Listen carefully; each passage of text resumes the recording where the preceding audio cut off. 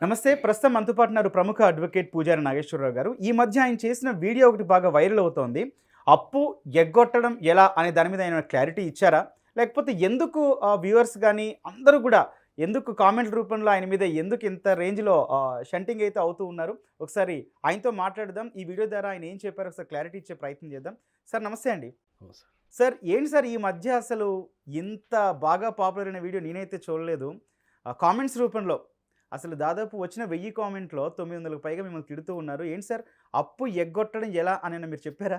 జనరల్‌గా ఏమైతదంటే, ఇప్పుడు మనం చెప్పిన విషయాన్ని ఎప్పుడైనా సరిగ్గా అర్థం చేసుకోకుండా, లేకపోతే దాని యొక్క అర్థం తెలవకుండా, హ్మ్. జనరల్‌గా అది ఆ వీడియో చూసి పైన మనకేమో క్యాప్షన్ అప్పు ఎగ్గొట్టడం ఎలా అని పెడతారు. కిందనేమో అది వెళ్ళిపోతది ఓకే. జనరల్‌గా. ఆ! జనరల్‌గా వీడియో యొక్క అర్థం ఎందుకంటే, ఇప్పుడు అప్పు ఎగ్గొట్టడం ఎలా అనేది మనం ఎప్పుడు చెప్పలే ఎవరికీ. ఓకే. హ్మ్. ఎవరికి గూడా అప్పు ఎగ్గొట్టమని మనం ఎప్పుడు చెప్పం. అవును సార్. అప్పుని ఆర్గనైజ్ చేసుకోమనే చెప్తాం మనం అంతే. అవును. ఫస్ట్ ఎవరైతే జనరల్‌గా ఇప్పుడు మీరు గూడా చెప్పారు. సుమన్ టీవీ గూడా చాలా కాల్స్ వచ్చినాయి. హ్మ్. ఆ అవును. నెగెటివ్ వీడియో అంతా ఈయన సమాజంలో ఉన్నోళ్ళందరిని అప్పులు ఇరగొట్టమని చెప్తున్నాడని చెప్పేసి హ్మ్. వచ్చినాయని చెప్తున్నారు. అంటే ఎందుకంటే అప్పు లేని వాళ్ళు ఎవరు లేరు సార్. పెద్ద పెద్ద ఆర్గనైజేషన్ ఎవరుండరు. నుంచి కామన్ మ్యాన్ వరకు. ఎవరుండరు. హ్మ్. కాబట్టి నేను చెప్పదలుచుకున్న విషయం ఏంది అంటే, ఎప్పుడు గూడా మనం అప్పు ఎగ్గొట్టమని ఎవరికి చెప్పం. దాన్ని ఆర్గనైజ్ చేయమని చెప్తాం ఫస్ట్. ఫస్ట్ నేను అందరికి చెప్పేది ఏంది అంటే, ప్రతి మనిషి జీవితంలో ఎంత పెద్ద వ్యక్తి అయినా, ఒక చిన్న సామాన్య వ్యక్తి నుంచి ఎంత పెద్ద వ్యక్తి అయినా సరే, ఓకే. ఏదో ఒక దశలో ఎక్కడో ఒకప్పుడు కంపల్సరీ ఫైనాన్షియల్ డిఫికల్టీ అనేది ఏర్పడుతుంది. True. Top most business man తీసుకోండి, లేకపోతే ఇంకెవరైనా తీసుకోండి. ఏదో ఒక దశ వస్తది. ఇప్పుడు ప్రెజెంట్ సిట్యుయేషన్ తీసుకుంటే పేటీఎం బ్యాంక్ ఉంది. ఇప్పుడు పేటీఎం పెట్టినోడు అతి సామాన్య వ్యక్తి. అవును. అతి సామాన్య వ్యక్తి. ఒక అత్యంత సాధారణ కుటుంబంలో పుట్టిన వ్యక్తి. ఇవాళ పేటీఎం అనేది మనకు దేశవ్యాప్తంగా పేరు పొందిన one of the top most popular bank. Yes. అట్లాంటి దానికి ఇప్పుడు ఒక ఇష్యూ వచ్చి రిజర్వ్ బ్యాంకు ఆపేయమని చెప్తున్నది. అవును సార్. పేటీఎంని మీరు ట్రాన్సాక్షన్ చేయొద్దు మొత్తం బ్యాంక్‌కి అని చెప్తున్నది. అవును. సో, అది కూడా ఒక ఫైనాన్షియల్ డిఫికల్టీయే గదా! హ్మ్. సో, నేను అని చెప్పేదేంటి అంటే, ప్రతి వ్యక్తి జీవితంలో ఏదో ఒక దశలో ఎప్పుడో ఒకప్పుడు ఒక ఫైనాన్షియల్ డిఫికల్టీ అనేది ఏర్పడుతది. యెస్. అది చదువుల కోసం కావచ్చు, కొంతమంది పిల్లల చదువు కోసం, వాళ్ళ బాగోగుల కోసం ఖర్చు పెట్టొచ్చు. లేకపోతే బిజినెస్ చేసి ఉండొచ్చు. బిజినెస్‌లో అవగాహన రాహిత్యం కావచ్చు, మార్కెట్ కాంపిటేటివ్ కావచ్చు. యెస్. హ్మ్. తర్వాత మనకు పెళ్లి ఉంటే మన దగ్గర పెళ్లి గాని, ఇంకా ఇతర విషయాలు కొద్దిగా గ్రాండ్‌గా చేస్తాం మనం అప్పులు చేసి. యెస్. తర్వాత తీరుద్దాంలే శక్తి ఉంది కదా అనుకుంటాం. హ్మ్. సో, హ్మ్. రకరకాల కారణాలతోని. ప్రపంచంలో ఫస్ట్ అందరికీ అర్థం కాని విషయం ఏందంటే, ఏ వ్యక్తి కూడా అప్పు కట్టొద్దు అనుకోడు ఎప్పుడు గూడా. హ్మ్. అర్థమైందా? హ్మ్. ఏ వ్యక్తి కూడా అనుకోడు. ఎంత చెడ్డ వ్యక్తి కూడా నేను అప్పు కట్టొద్దు అనుకోడు. ఓకే. వాడు అప్పు కట్టలేకపోతుండు అంటే ఏందంటే, ఫైనాన్షియల్ మిస్‌మేనేజ్‌మెంట్ అయ్యి ఉంటది అంతే. ఓకే. అంతకు మించి దాని వెనక ఏం కారణం ఉండదు. చాలా కామన్ మ్యాన్ గురించే మాట్లాడుతూ ఉంటారు. ఎందుకంటే ఎక్కువ మంది మిమ్మల్ని ఫాలో అవుతూ ఉంటారు.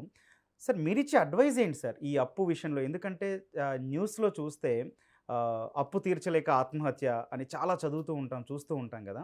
సో మీరిచ్చే ఐడియా ఏంటి సార్ అసలు? ఈ అప్పు తీసుకున్న వ్యక్తుల గురించి నేను మాట్లాడినప్పుడు ఏమైతదంటే, నా మీద అప్పిచ్చిన వ్యక్తులందరూ దాడి చేసి, "నువ్వు అప్పులెగ్గొట్టమని సమాజానికి మెసేజ్ ఇస్తున్నావా? లేకపోతే అప్పులెగ్గొట్టమని ప్రోత్సహిస్తున్నావా?" అని చెప్తున్నారు. మనం ఫస్ట్ ఎప్పుడు అప్పులెగ్గొట్టమని చెప్పం. అవును. రెండోదేంటంటే, నువ్వు అప్పిచ్చే వ్యక్తి ఎవరైతే ఈ అప్పిచ్చే వ్యక్తి ఉన్నారో, వాళ్ళు 10% ఇంట్రెస్ట్, 5% ఇంట్రెస్ట్ ఇచ్చుకునే. అవును. ఉన్నారు. రెండోది ఏం చెప్తున్నామంటే, మనం ఈ వ్యక్తులు చనిపోకుండా మనం కాపాడుకోగలిగితే, హ్మ్. ఓకే. అది తాత్కాలికమే. ఏ వ్యక్తికైనా సరే ఫైనాన్షియల్ ఇబ్బందొస్తది. అది ఒక కొంత పీరియడ్ వరకే ఉంటది. ఓకే. ఫైనాన్షియల్ ఇబ్బందనేది ఏ వ్యక్తికి గూడా శాశ్వతం ఉండదు. ఒకవేళ ఫైనాన్షియల్ ఇబ్బంది ప్రతి వ్యక్తికి శాశ్వతంగా గనక ఉంటే మార్కెట్ అసలు నడవదు. హ్మ్. బాగా ఆ చెప్పారు. తాత్కాలికంగా ఉన్న పీరియడ్ ఒకళ్ళకి ఒక 6 నెలలు, సంవత్సరము, 2 సంవత్సరాలు, 3 సంవత్సరాలు depend upon there financial situation వాళ్ళు ఎట్లా హ్యాండిల్ చేసుకుంటున్న దాని మీద మాత్రమే ఆధారపడి ఉంటది. ఓకే. ఓకే. హ్మ్. హ్మ్. దీంట్లో మనం అందరికీ ఏం చెప్తున్నాము? ఏదన్నా కారణం వల్ల గనక, అది ఏ కారణమైనా కావచ్చు. ఇంతకుముందు చాలా స్పష్టంగా చెప్పినాం. హ్మ్. నువ్వు బిజినెస్ చేయడం ద్వారా కావచ్చు, లేకపోతే ఒక చదువుల కోసం కావచ్చు, ఎనీ ఇష్యూ కోసం కావచ్చు. హ్మ్. ప్రతి వ్యక్తి ఎదగటానికి మాత్రమే అప్పులు చేసి ఏదో ప్రయత్నం చేస్తాడు. హ్మ్. ఒక 1, 2% ఎవరన్నా హాబీ ఉండి పైసలు ఎగ్గొట్టేది ఉంటే అది ఎగ్జంప్షన్. ప్రపంచంలో మనం ఏ పని చేసినా ఒక 10% వేస్టేజ్ ఉంటది. అది తీసేద్దాం మనం. ఓకే. సో, ఏ వ్యక్తి అయినా చనిపోకుండా కోర్టుకు రండి. కరెక్ట్. హ్మ్. కోర్టుకొస్తే కోర్టులో మీకు ప్రొవిజన్స్ ఉన్నాయి. మనం కోర్టుకెళ్ళి ఓకే. ఇన్సాల్వెన్సీ పిటిషన్ అని గాని, లేకపోతే ఇంజంక్షన్ గాని యేసుకుంటే, మనకు కోర్ట్ నుంచి రిలీఫ్ దొరికే అవకాశం ఉంటది. ఒక 1 ఇయరో, 2 ఇయర్సో, 3 ఇయర్సో దొరుకుతది. ఓకే. ఓకే. దొరికినప్పుడు ఏందంటే మళ్ళీ వాడు ఫైనాన్షియల్‌గా ఇప్పుడు నేను 10 మంది దగ్గర అప్పు చేసిన జనరల్‌గా. నేను ప్రతి నెల ఒక్కళ్ళకి తీర్చగలిగే శక్తి ఉంది నాకు. ప్రతి నెల 10 మందికి ఒకటేసారి తీర్చలేను నేను. ఓకే. ప్రతి నెల ఒక్కొక్కళ్ళకి తీర్చగలుగుతా నేను. హ్మ్. హ్మ్. నేనప్పుడు ఆ 10 మందిని కూర్చోబెట్టి నేను ఒక్కొక్కళ్ళకి ఒక్కొక్క నెల ఇస్తా అంటే ఎవడు ఆగడు. ఎవరికి వాడు నాకు ముందు మాట కూర్చుంటాడు. అది క్రెడిట్ కార్డ్స్ కావచ్చు, లోన్స్ కావచ్చు, ఏదైనా కావచ్చు.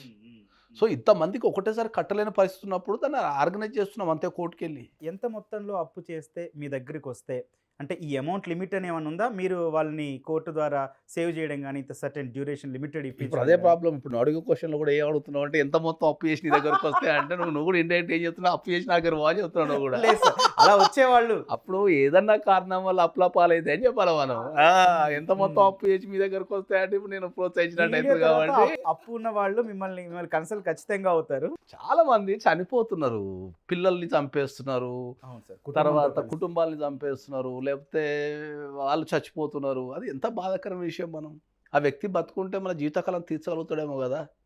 ఎన్నో విషయాలు మనం నిత్య జీవితంలో ఎన్నో విషయాలు మనం చూస్తుంటాం. ఇప్పుడు నాకు తెలిసి మనకు టాలీవుడ్ చరిత్రలో పూరి జగన్నాథ్ డైరెక్టర్ ఉన్నారు. అవును సార్. సక్సెస్‌ఫుల్. ఆయన గురించి నేను పేపర్‌లలో, టీవీలలో ఆయన కూడా స్వయంగా ఎన్నో సందర్భాల్లో చెప్పినట్టుంది. ఆయన ఒక పోకిరి హిట్ తర్వాత మొత్తం సర్వస్వం కోల్పోయి 100,00,00,000 దాకా. 100 కోట్ల దాకా కోల్పోయి ఓకే. 100 కోట్ల వరకు కోల్పోయి మళ్ళీ రెంటెడ్ హౌస్‌కొచ్చి మళ్ళా వాళ్ళకి ఉన్న ఏదైతే పెట్ యానిమల్స్ ఉంటాయి గదా! వాటికి కూడా తిండి పెట్టలేని స్థితిలో నుంచి మళ్ళీ ఇవాళ ఆయన ఒక సొంత ఇల్లు కట్టుకొని, ఆయనకు నచ్చిన ఒక ఇల్లు కట్టుకొని ఇవాళ మళ్ళీ ఒక సక్సెస్‌ఫుల్ సినిమాలు తీయగలుగుతున్నాడు. హ్మ్. నేను అమితాబ్ బచ్చన్ స్టోరీ కూడా విన్నా ఎక్కడో. Super star in India. అవును. 1990లో అది మనకు 'కౌన్ బనేగా కరోడ్‌పతి' స్టార్టింగ్ కంటే ముందు ఆయన 100 కోట్ల అప్పేమో ఉందని విన్నా నేను. ఓకే. ఆయన కూడా ఎక్కడో చెప్పిన సందర్భంలో 100 కోట్లు అంతా one of the top most super star ఒక 100 కోట్ల అప్పుండి మళ్ళా ఒక అపార్చునిటీ క్రియేట్ చేసుకొని ఆ కేబీసీ ద్వారా మళ్ళీ ఒక అపార్చునిటీ క్రియేట్ చేసుకొని మళ్ళీ ఇవాళ ఆయన నెట్వర్త్ వచ్చేసి ఒక 3,000 క్రోర్స్ ఉన్నాయని చెప్పి మనం పేపర్లో వచ్చిన న్యూస్లే అవి. కాకపోతే ఆయన లాస్ అయిన మాట వాస్తవం ప్రపంచానికి తెలుసు. రైట్. సో ఇట్లాంటి ఆపర్చునిటీని మనం క్రియేట్ చేసుకోండి. తాత్కాలికంగా మీ మీద ఏదైతే ప్రెషర్ పడకుండా అప్పుల వాళ్ళు గానీ, క్రెడిట్ కార్డ్ వాళ్ళు గానీ, బ్యాంక్ లోన్స్ వాళ్ళు గానీ మీ మీద ప్రెషర్ పెట్టకుండా ఎట్ ఏ టైం కట్టమనకుండా మనం కోర్టుకెళ్ళి మనం పారిపోమని చెప్తాంలే ఎవరిని. పారిపోమని చెప్తాం లేదు, దొంగతనం చేయమని చెప్తాం లేదు, లేకపోతే ఇంకేం చెప్తాంలే. చట్టం నీకు ఇచ్చిన ఒక ప్రొవిజన్ ఉంది. నువ్వు ధైర్యంగా కోర్టుకెళ్ళి నిలబడి కోర్టులో నీ పరిస్థితి చెప్పుకొని అక్కడి నుంచి ఏదో ఒక ఆర్డర్ తెచ్చుకొని వీళ్ళని సమాధానపరచు. నేను కడతా. నాకు ఒక 1 ఇయర్ టైం ఇయ్యి, ఒక 2 ఇయర్స్ టైం ఇయ్యి, ఒక 3 ఇయర్స్ టైం ఇయ్యి. నేను ఖచ్చితంగా కడతా అని చెప్పమనే చెప్తున్నాం మనం అందరికీ. ఎవ్వరికి కూడా మనం అప్పులు కట్టొద్దు, లేకపోతే ఎగ్గొట్టండి అని మనం ఎక్కడ చెప్తాం లేదు. ఒక బ్రేక్, ఒక ఫైనాన్షియల్ బ్రేక్ అంతే. ప్రతిదానికి ఇప్పుడు ఓవర్ పని చేసిన తర్వాత నువ్వు బ్రేక్ తీసుకోవా? ఇప్పుడు అంతే. బ్రేక్ అడుగుతున్నాం అంతే. We are asking the break. We are going to the court. అరే నాకు ఈ ఫైనాన్షియల్ ఇబ్బంది ఉంది, నేను ఇప్పుడు సర్దుబాటు చేయలేకపోతున్నా, నాకు ఒక 2 ఇయర్స్ ఒక 3 ఇయర్స్ టైం అని అడుగుతున్నాం అంతే. దానికి నేనేదో అప్పులు ఎగ్గొట్టమని ప్రపంచానికి చెప్పినట్టు, లేకపోతే అప్పులందరూ ఎగ్గొట్టి నా దగ్గరకు వస్తే నేను కేసులు వేసినట్టు అదే చెప్తున్నా. మీరు ఇంతమంది కామెంట్లు పెడుతున్నారు కదా, ఆత్మహత్య చేసుకునే కనీసం ఒక 500 మందిని నేను కాపాడినా. ఛాలెంజ్ కాస్తాను దీనిపైన. 500 కుటుంబాలని కాపాడినా నేను. 500 కుటుంబాలని కాపాడినా. మళ్ళీ వాళ్ళకి నేను ఫైనాన్షియల్ అడ్వైజ్ ఇచ్చిన. మళ్ళీ వాళ్ళు ఫైనాన్షియల్గా ఎట్లా సెట్ చేసుకోవాలనేది కూడా నేను రీడిజైన్ చేసి నాకు వీలైనంత సాయం కూడా చేసి ఇచ్చిన సందర్భాలు ఉన్నాయి. అరే ఇప్పుడు ఇదేవాడు పట్టించుకోడు. ఇప్పుడు నేనేం సమాజానికి ఏమి సభ్య సమాజానికి ఏమి అప్లై కొట్టి తిరగమని చెప్తానులే. చాలా బాగా, చాలా మంచి అడ్వైస్ నేను కూడా సమాజంలో ఉన్నా. నేను కూడా అప్పుడప్పుడు తెచ్చుకుంటా. ఫ్రెండ్స్ దగ్గర తెచ్చుకుంటాము, రిలేటివ్స్ దగ్గర తెచ్చుకుంటాము, బ్యాంక్ నుంచి తెచ్చుకుంటాము.